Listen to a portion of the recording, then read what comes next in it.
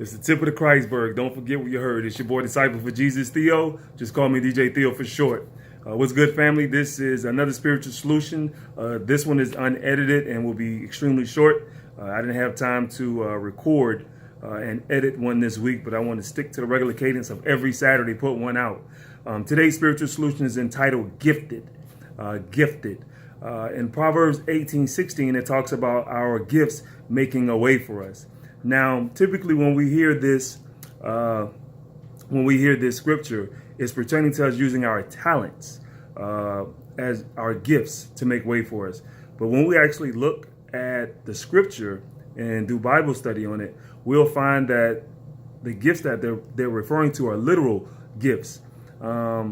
Meaning as in those times, biblical times, they're referring to someone taking gifts such as incense, jewels, something that would bring delight to people of high ranks, such as kings, things of that nature, because they could gain favor in whatever they were pleading about or whatever they were petitioning for.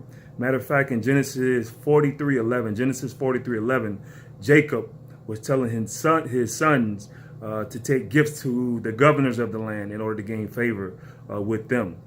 Now, it could be in the literal sense or the figurative sense, because again, typically when we hear this Bible scripture, Proverbs 18:16, it's referring to us when we say it in today's times. We're talking about using our gifts, our talents. But before we even go to that, just to give an example, a lot of times when I go speak to youth at schools and go mentor them, or even when I do business meetings with some of the properties that I deal with, I take lunch. I bring a gift in order for them to have a more inclined ear to what I'm talking about, and just to give it a more of a jovial mood. It just lightens the mood because I'm bringing something to lighten hearts. So that gift that I'm bringing makes a way for me with whoever I'm trying to speak to or convey something to. But today, I mainly want to focus on us using our gifts, our God-given talents.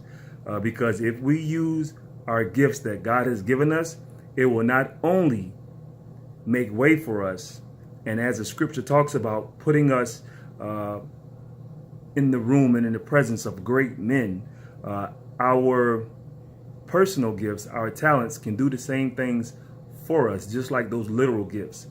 And not only will they put us in the presence of men, when we use our gifts that God has given us, it will make us great as well. Not just be around great men or around great women, but it will make us ourselves great men and great women. Too many times we sleep on the gifts that God has given us. Any gift that he's given us, such as dance, to be an orator or an oracle, writing, drawing, architecture, whatever. We all have a gift that God has given us. And I just want to implore you, encourage you, whatever that gift is, don't sleep on it. Use it.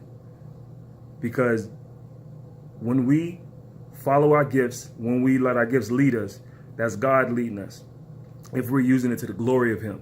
Now, we can use our gifts and go the wrong direction with it, and it will never receive the blessing that it will if we use our gifts for God. So I just want to encourage someone, whoever this is, whoever's hearing this, whoever's watching this, know that you have a gift. Use it for God's glory. Don't sleep on it. That's it, y'all. It's very short. It's unedited. Just wanted to make sure I kept the cadence, kept my wording, and continually give you something. Hopefully it encourages you. Again, today's spiritual solution is entitled Gifted. We all have a gift. Proverbs 18:16 says, use your gift.